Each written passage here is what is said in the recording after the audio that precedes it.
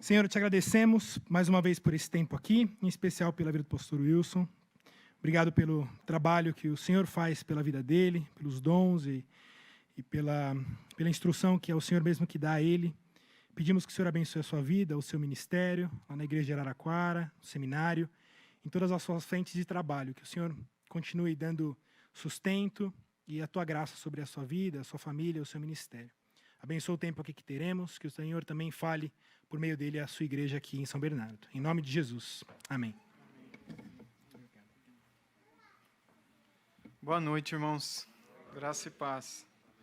Deixa eu apresentar minha família, então. Como o Gui falou, a gente veio com o nosso cachorrinho, né, o Todd. Eu não levo ele quando eu vou pregar. Foi a primeira vez que isso aconteceu. Nós sempre o deixamos, né, num hotel para cachorro, e é um hotelzinho que tem lá em Araraquara, mas estava lotado e a gente tentou outros lugares, não conseguimos. Aí eu falei com o Guilherme, ele falou, não, pode trazer, não tem problema. Ele pequenininho, não faz barulho, ele é bem comportado, bem crente. Na oração ele fica quieto, até o amém dele é baixinho, então dá para trazer, né? Então é isso, eu quero agradecer pelo convite, fico feliz de estar aqui com vocês, poder ser acompanhado pela minha família também nesse final de semana é muito especial para mim. Bem, é uma alegria poder falar também sobre esse assunto, que é o discipulado, saber que vocês estão pensando em trabalhar esse assunto mais, e tem um livro que eu escrevi que está relacionado com esse assunto, né? Talvez a gente possa falar um pouco mais dele depois.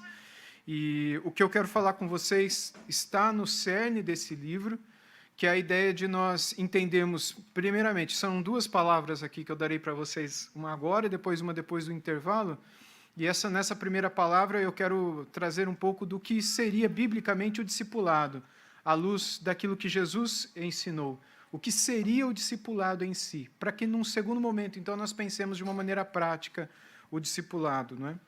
Eu quero convidar os irmãos que abram comigo nesse primeiro momento em Romanos 1,16. Romanos 1,16, por favor.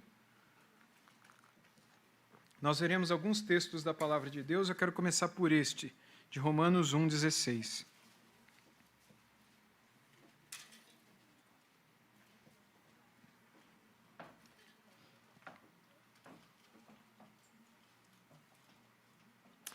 O texto diz assim, não me envergonho do Evangelho, porque é o poder de Deus para a salvação de todo aquele que crê, primeiro do judeu e depois do grego. Ou seja, o texto vai dizer para a gente que o Evangelho é o poder de Deus para a salvação de todo aquele que crê, e Paulo diz que ele não se envergonha do Evangelho. Quando a gente pensa no Evangelho, meus irmãos, o Evangelho é o coração de todo discipulado.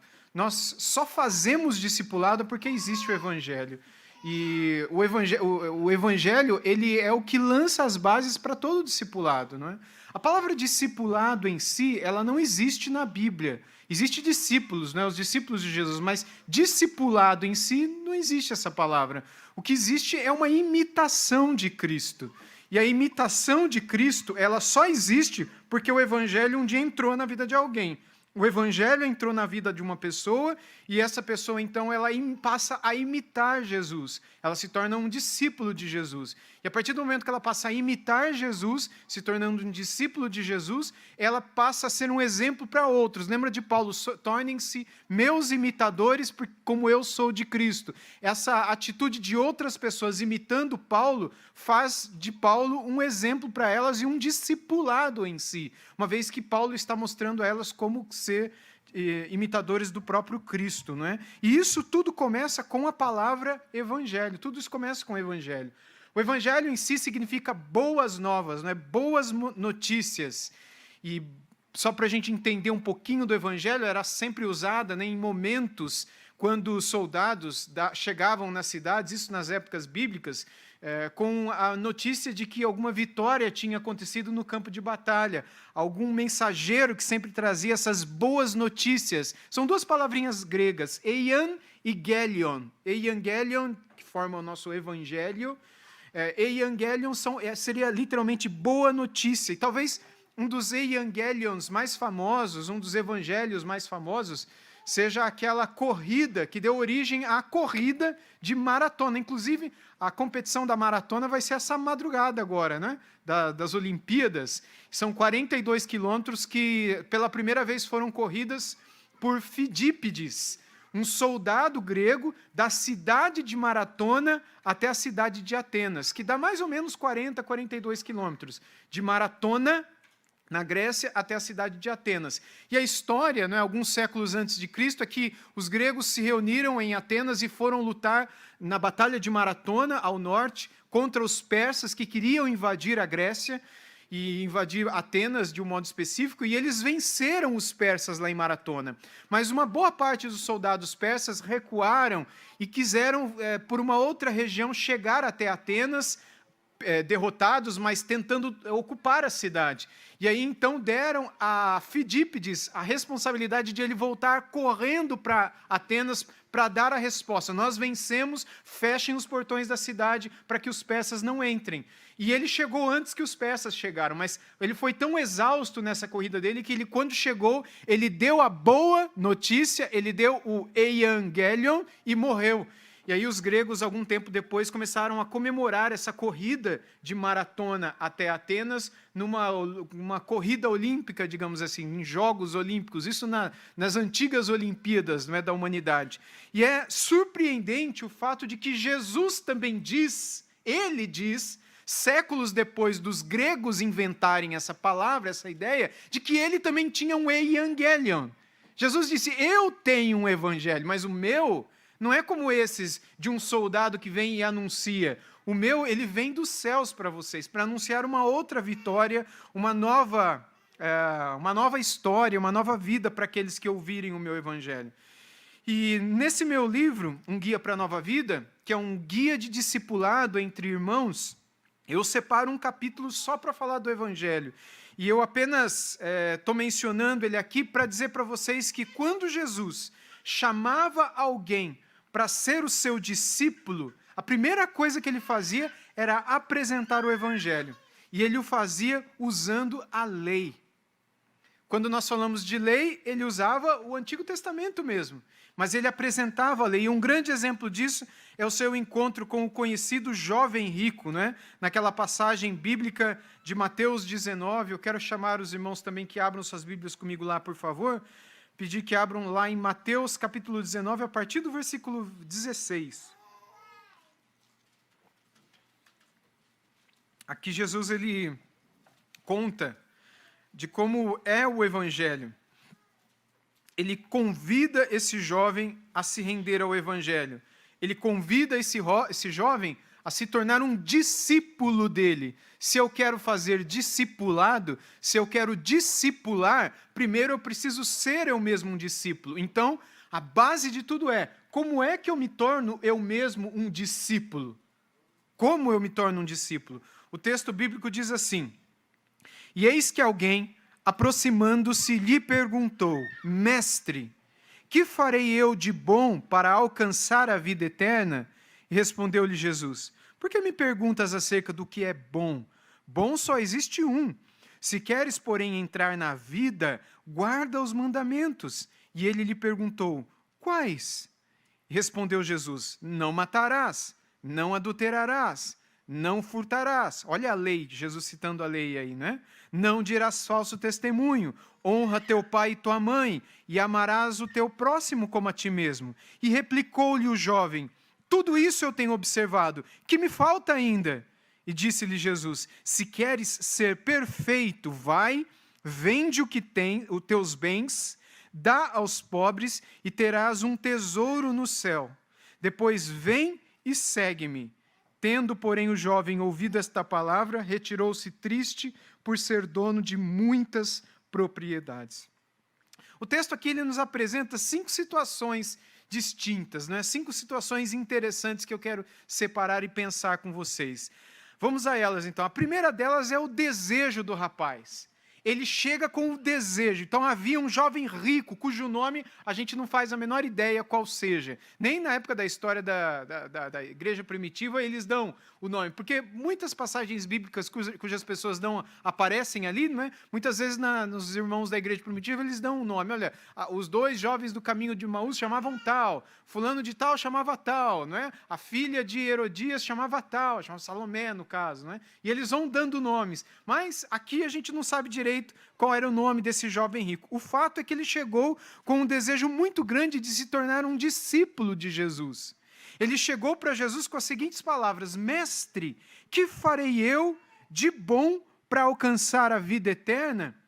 E a gente sabe que havia no coração dele um desejo grande de ser salvo.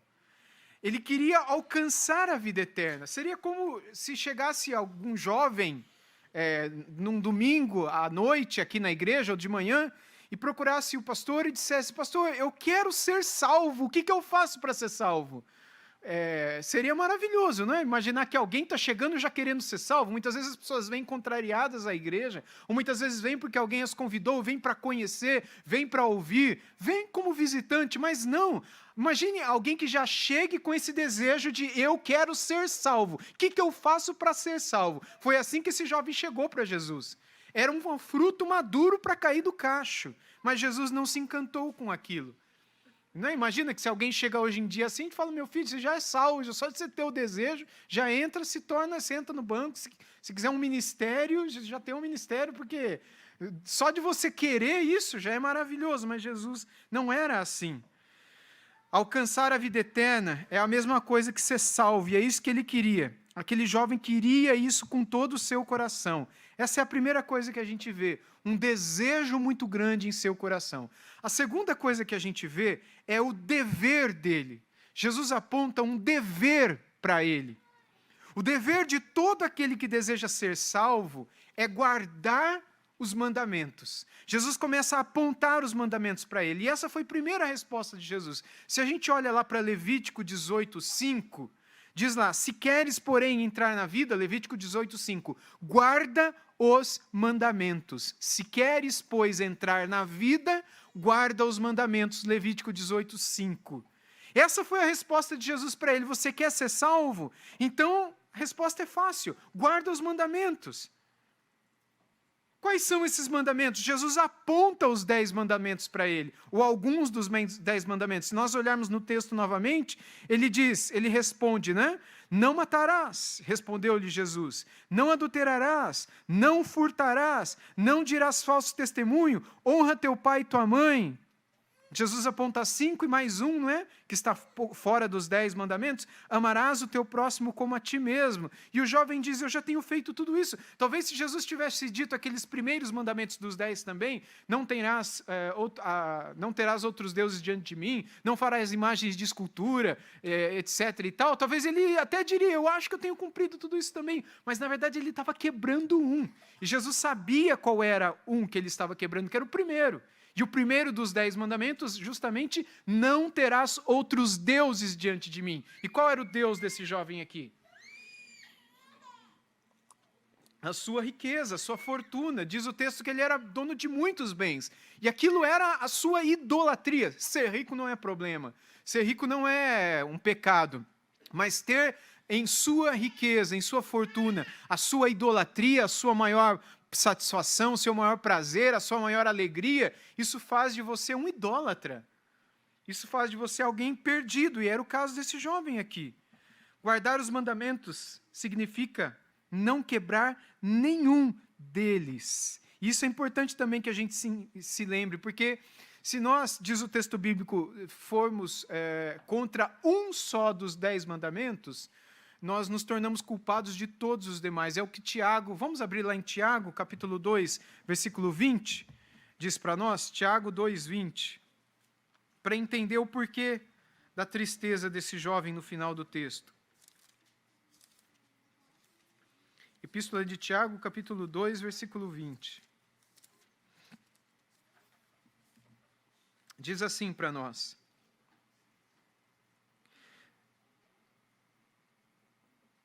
2:10, perdão.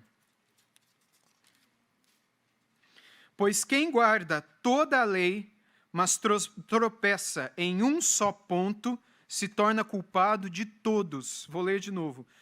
Pois quem guarda toda a lei, mas tropeça em um só ponto, se torna culpado de todos. Se eu guardo tudo, mas eu tropeço em um, é como se eu tivesse quebrado todos. Então, quem consegue guardar toda a lei? Exemplo, se você desobedeceu aos seus pais, em algum momento da sua vida, você quebrou um só dos mandamentos. Se você contou uma mentira só ao longo de toda a sua vida, você quebrou também. E assim você não guardou nenhum dos mandamentos aos olhos de Deus. Aí você pode achar isso injusto, mas é o próprio Deus que diz assim. Porque se nós não somos capazes de cumprir um e guardar um, nós não somos capazes de guardar nem cumprir nenhum. E se nós formos honestos conosco mesmo, nós reconheceremos que, na verdade, nós temos quebrado não somente um, mas inúmeros deles, se não todos, ou quase todos, se não na prática, pelo menos no pensamento. E é por isso que Jesus é tão enfático com ele. E aí fica a dúvida, não é? Se é assim, quem que vai para o céu? Se nós quebramos os mandamentos e é guardando os mandamentos que nós alcançamos a salvação, Levítico 18:5, mais uma vez, se queres, porém, entrar na vida, guardai os mandamentos. Eu quero entrar na vida eterna. Você quer entrar na vida eterna? De que maneira que você vai entrar na vida eterna? Guardando os mandamentos, mas você quebrou um só deles. Então você é culpado de todos. Você vai entrar na vida eterna? Não, você não vai. Aí que entra o evangelho. Aí que entra a boa notícia. Mas na vida desse jovem, infelizmente, o evangelho não entrou, não é? O terceiro ponto. Primeiro é o desejo daquele jovem. O segundo, o dever dele. O dever dele é cumpra a lei. Você quer ser salvo? Cumpra a lei. Não mate, não roube, não minta, etc. O terceiro ponto é o esclarecimento. Jesus, querendo deixar mais claro como entrar no reino dos céus, Jesus ele começa a explicar aqui para aquele jovem, mandamento por mandamento, né? E é isso que precisa ser feito quando a gente está evangelizando alguém também. A pessoa quer ser salva, ela tem que entender essas coisas. Ela precisa entender a vontade de Deus. Deus deseja que nós não tenhamos ódio e, consequentemente, assassinato em nossas vidas. Deus deseja que nós não tenhamos cobiça e, consequentemente, adultério em nossas vidas. Desejos lascivos, etc. Sem furtos também, invejas, nem falsos testemunhos e mentiras. E Deus deseja que nós honremos o nosso pai, portanto, sejamos obedientes ao nosso papai e à nossa mamãe e que nós amemos ao próximo. Tudo isso está no coração daquilo que Deus deseja. E é um pouco do que Jesus fala aqui. E diante de tudo isso, o jovem rico afirma que ele já tinha cumprido tudo, o que é difícil de acreditar. Mas ele diz, eu tenho cumprido tudo isso em toda a minha vida. Imagina. Não lhe faltava nada. Aparentemente, Jesus estava lhe mostrando, não é, os mandamentos relacionados ao próximo.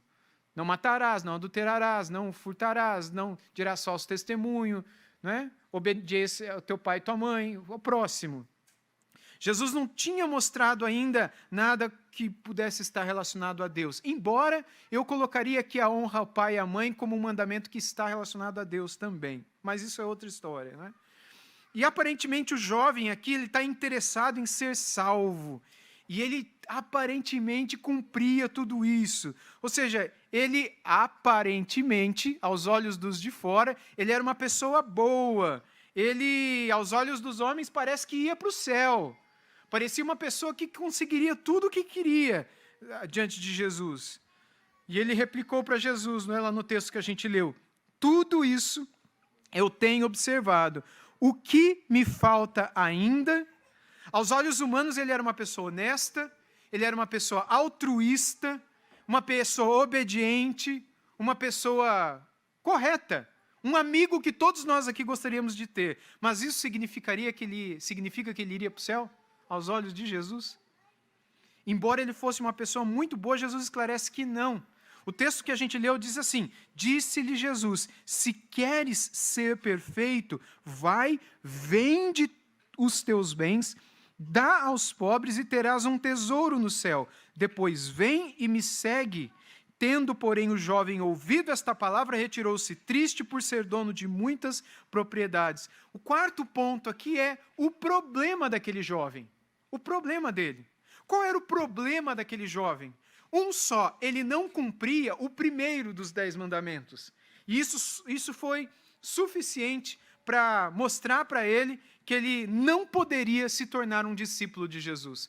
A primeira coisa que Jesus mostra para a gente, quando a gente quer ser um discípulo dele, vocês querem ser meus discípulos? Querem ser discipulados por mim? Então eu quero mostrar para vocês quem vocês são. Vocês são incapazes. Vocês não podem ser meus discípulos. A menos que eu transforme a vida de vocês, a menos que vocês deixem tudo para trás, a menos que vocês se arrependam de todos os seus pecados, a menos que vocês deem as costas para tudo e venham e me sigam. Essa é a ideia desse texto aqui. Discipulado tem a ver com deixar tudo para seguir a Cristo, deixar tudo para imitar a Cristo. E esse era o problema daquele jovem. Tendo na sua riqueza o seu maior Deus, ele não estava disposto a deixar tudo para seguir o Senhor.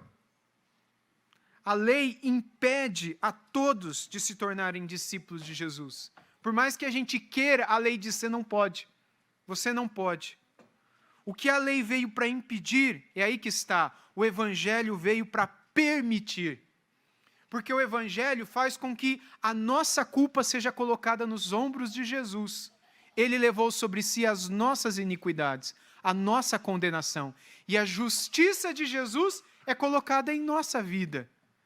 Então, Ele nos torna justos, Ele nos torna santos, Ele nos torna perdoados, Ele nos torna regenerados, Ele nos torna justificados. E é graças à obra de Jesus feita em nosso lugar que nós podemos, então, por causa do Evangelho, nos tornarmos discípulos dele.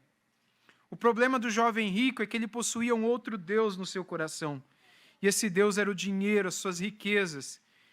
E como a gente aprende lá nos 10 mandamentos, o primeiro dos 10 mandamentos é justamente esse, lá em Êxodo 20, versículo 3. Não terás outros deuses diante de mim. Quebrando o primeiro mandamento, nenhum outro pode ser cumprido. É tudo aparência, é tudo, enfim, ser uma boa pessoa, é tudo boas obras. E boas obras não faz de nós discípulos de Jesus. Qual era o problema daquele jovem? Ele cumpria alguns mandamentos, mas deixava outros para trás. E cumprir alguns mandamentos não torna uma pessoa salva. Ele deveria, antes de tudo, entregar o seu coração a Deus e dar a Deus o trono da sua vida. Isso era o mais importante. Não tendo nada além de Deus reinando em seu coração. Porque Deus, ele não divide o nosso coração com outros deuses. E esse era o grande problema daquele jovem. Ele queria dividir no seu coração um lugarzinho para toda a sua fortuna e o prazer e a satisfação que ela dava para ele, com o lugar de Deus na vida dele também. E Deus não faz essa divisão. Por fim, o quinto e último ponto é o apelo que Jesus faz a ele. Jesus faz um apelo a ele. Jesus apenas pede a ele que ele fosse e vendesse tudo que tinha e desse aos pobres. Era uma excelente maneira dele se desfazer de um ídolo. Era uma excelente maneira dele se desfazer de um Deus, de um falso Deus na vida dele. Em outras palavras, Jesus pediu que ele se desfizesse do ídolo que guiava a vida dele.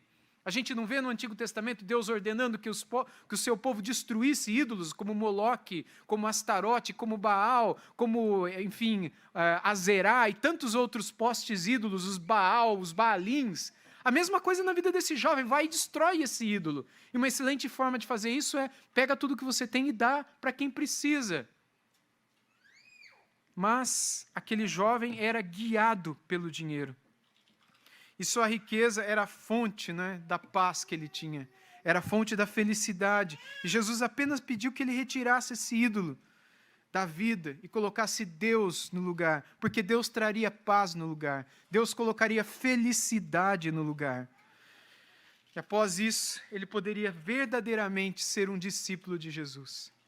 E o jovem acabou indo embora triste, porque ele tinha muitas propriedades, diz o texto bíblico, ele era dono de muitas propriedades e tinha muitas riquezas. O apelo de Jesus a quem deseja ser um discípulo dele é muito simples. Se eu e você queremos ser discípulos de Jesus, ele nos apela de uma maneira muito simples. Simplesmente nós precisamos deixar tudo e abraçá-lo. É assim que eu e você nos tornamos discípulos dele. Deixando tudo o que temos abraçado até aqui, deixando tudo o que temos amado até aqui para trás, e a partir desse momento passarmos a abraçar Cristo, amar Cristo, do mesmo modo que ele se tornou tudo na vida dos seus apóstolos no passado, e como ele tem se tornado tudo na vida de tantos outros cristãos genuínos ao longo da história da humanidade. Ele também quer se tornar tudo na tua vida, na minha vida, ele também quer que eu e você nos tornemos verdadeiros discípulos dele. Então, é assim que Deus espera que aconteça conosco. Assim como foi com os seus no passado. Se nós não estivermos dispostos a deixarmos tudo por Jesus, nós não somos dignos dele. Se nós não estivermos dispostos a deixarmos tudo por ele, nós não somos dignos da salvação dele. Se nós, ao ouvirmos o evangelho, a mensagem de que ele toma para ele a nossa culpa, me dê a culpa de vocês, me dê a iniquidade de vocês, me dê os pecados de vocês, deixa eu morrer por elas, vai morrer comigo, e recebam a minha justiça, recebam a minha santidade, e a minha santidade vai morrer com vocês, vocês vão morrer santos, e quando morrerem, vão direto para o céu, porque Deus vai olhar para vocês e vão me ver em vocês.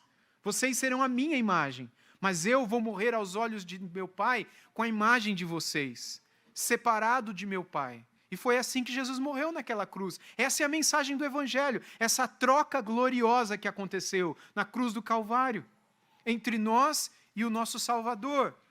Só que, se nós não estamos dispostos a deixarmos tudo por Ele, no momento em que ouvimos do Evangelho, então não podemos nos tornar discípulos dEle. Se o consideramos menos do que os prazeres desse mundo, nós não somos dignos da eternidade. Se nós queremos, nós precisamos deixar tudo por Jesus para que a gente possa herdar a vida eterna. Senão a gente não é digno. Ou ele é tudo aqui e agora, ou ele nunca será, nem mesmo na eternidade. A lição do jovem rico nos ensina que a lei mostra, não é, a completa incapacidade que a gente tem de chegar no céu. A lei mostra para a gente, olha, vocês nunca vão chegar lá, porque vocês matam, vocês roubam, vocês pensam coisa errada, vocês desobedecem pai e mãe, vocês cobiçam, vocês têm outros ídolos nas suas vidas, vocês não conseguem, vocês são incapazes.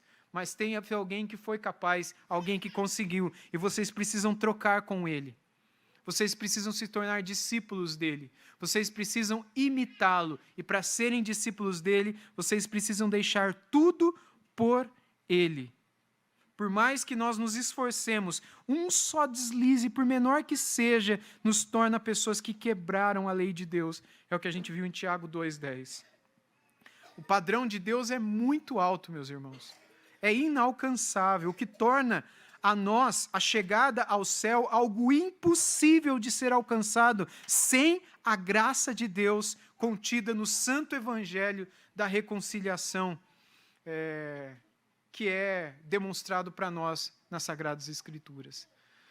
E antes de nós irmos para o nosso segundo estudo, depois do intervalo, eu quero encerrar com vocês esse primeiro momento dizendo isso para vocês. Esse primeiro momento é um momento mais demonstrativo do que é o discipulado. O discipulado é isso, é imitarmos a Jesus.